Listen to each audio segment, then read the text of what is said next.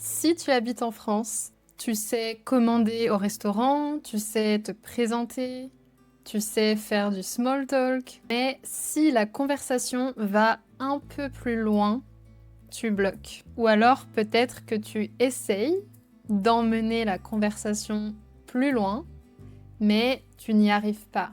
Tu n'arrives pas à exprimer tes idées, ce que tu veux, qui tu es vraiment. Le problème, c'est que tu as appris un français pour le quotidien, et c'est très bien, mais ce n'est pas suffisant pour avoir de vraies conversations et connecter plus profondément avec les Français. Si tu es nouveau ou nouvelle sur la chaîne, je suis Lisa, je suis professeure de français. Et sur Speak French with Lisa, je t'aide à parler le vrai français de la vie réelle pour que tu te sentes chez toi en France, mais aussi pour que tu te sentes toi-même en français. Et si tu veux, j'ai créé une vidéo gratuite avec mes meilleurs conseils pratiques pour débloquer ton français parlé. Et si tu veux aller plus loin, j'ai aussi des ateliers de conversation.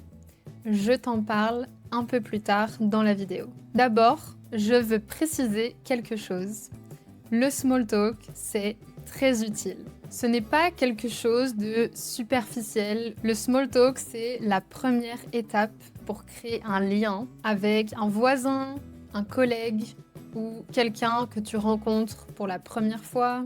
Le problème, ce n'est pas de faire du small talk, c'est de rester bloqué uniquement à ce niveau. Au début, quand on apprend le français, on apprend des choses essentielles pour survivre dans ton quotidien. C'est par exemple commander un café, demander un prix, demander des informations, acheter quelque chose, se présenter. Et c'est les premières étapes vers l'autonomie, vers l'indépendance. Et tu commences à prendre en confiance. Mais ensuite arrive une autre étape, apprendre à créer une connexion avec les gens.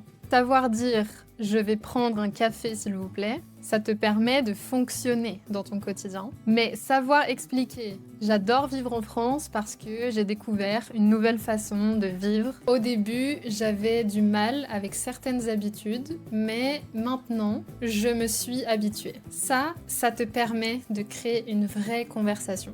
Beaucoup de gens savent répondre à une question, mais pas continuer la conversation. Par exemple, quand on te demande « tu habites où ?» J'habite à Bordeaux. Crée une réponse qui ouvre à la discussion. Par exemple, j'habite à Bordeaux depuis 2 ans. Au début, je me sentais un peu seule, mais maintenant, j'adore l'ambiance et je suis fan du vin rouge. La différence, tu n'as pas besoin d'avoir une grammaire compliquée. Tu peux dire tout ça en faisant des erreurs. C'est simplement apprendre à ajouter des détails, une explication, un exemple, une histoire personnelle, des émotions.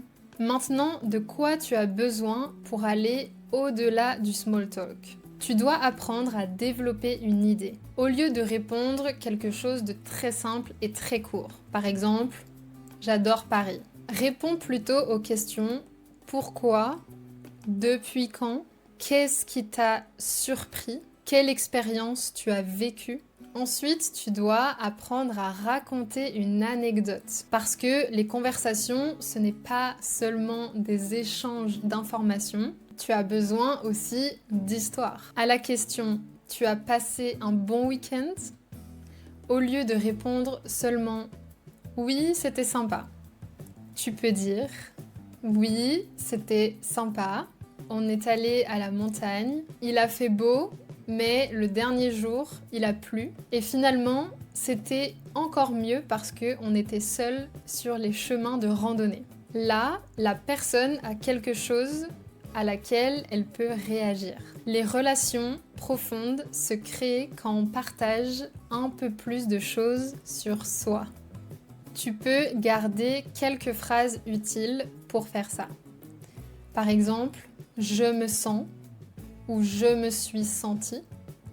Je me suis sentie seule quand je suis arrivée. J'ai du mal avec l'administration française. Ce qui m'a marqué, c'est quand je suis arrivée en France, ce qui m'a marqué, c'est la gentillesse des Français. Je suis fan ou je ne suis pas fan. Je suis quelqu'un qui adore discuter avec les gens. Ensuite, quelque chose de très important pour les Français, donner son opinion. En France, on donne son opinion sur tout, ou presque. Le débat est très valorisé. Et en général, on dit ce qu'on pense. Et tu n'as pas besoin d'un français parfait pour donner ton opinion. Les gens vont se souvenir de ce que tu as dit dans le fond et pas les erreurs que tu as faites. Tu peux utiliser ces quelques phrases. Personnellement, je pense que, à mon avis, je trouve que, de mon expérience, j'ai l'impression que l'objectif c'est de participer. Car plus tu participeras, plus tu progresseras dans cet exercice. Et plus tu te sentiras à l'aise et tu pourras être 100% toi-même. Tu peux aussi utiliser ces quelques phrases pour relancer la conversation. Ah, moi aussi. Ah, moi non plus. Pourquoi tu penses ça? Ça me fait penser à... Ou des plus courts. Ah bon? Mais non. Sérieux? Souvent, au début, mes clients ont beaucoup de difficultés à répondre dans la conversation et être actifs. Parce que les Français parlent très vite et ils posent des questions et ils n'attendent pas que tu répondes ou que tu poses une autre question si ce n'est pas rapide. Donc, tu peux utiliser ces petits mots au début pour t'entraîner. Avec la pratique, tu vas pouvoir poser des questions et aller un peu plus vite dans les échanges. Beaucoup de personnes passent énormément de temps à apprendre le français, mais peu de temps à pratiquer cette compétence spécifique. Rester dans une conversation. Parce que tu as sûrement fait de la grammaire, du vocabulaire, des applications, des exercices écrits, mais tu n'as peut-être pas pratiqué suffisamment, expliquer une idée, raconter une histoire, débattre, réagir spontanément. Et c'est ce qui devient difficile après plusieurs années en France. Et c'est exactement pour ça que j'ai créé mes ateliers de conversation. Ils ont pour but que tu retrouves ta personnalité en français. Le but, c'est de pratiquer ce qu'il se passe vraiment dans une conversation avec des Français. Donner ton opinion, parler de la culture, raconter des expériences, réagir à ce qu'on te dit.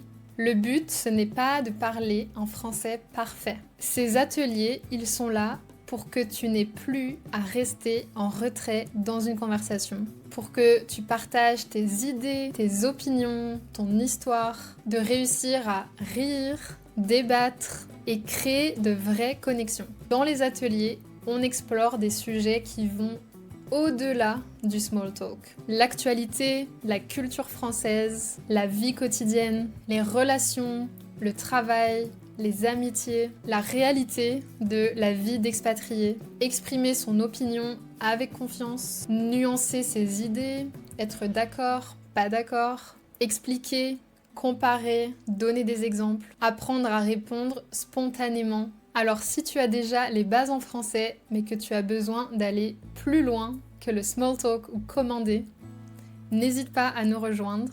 Le lien est dans la description. Dites-moi en commentaire qu'est-ce qui est le plus difficile pour vous. Commencer une conversation, la continuer, savoir quoi dire. Si tu as regardé cette vidéo jusqu'à la fin, tu n'as pas besoin d'apprendre plus de grammaire ou de vocabulaire. Tu as besoin de pratiquer dans un espace sécure, sans jugement, avec d'autres femmes qui, comme toi, ont déménagé en France. N'hésite pas à mettre un like, à suivre ma chaîne.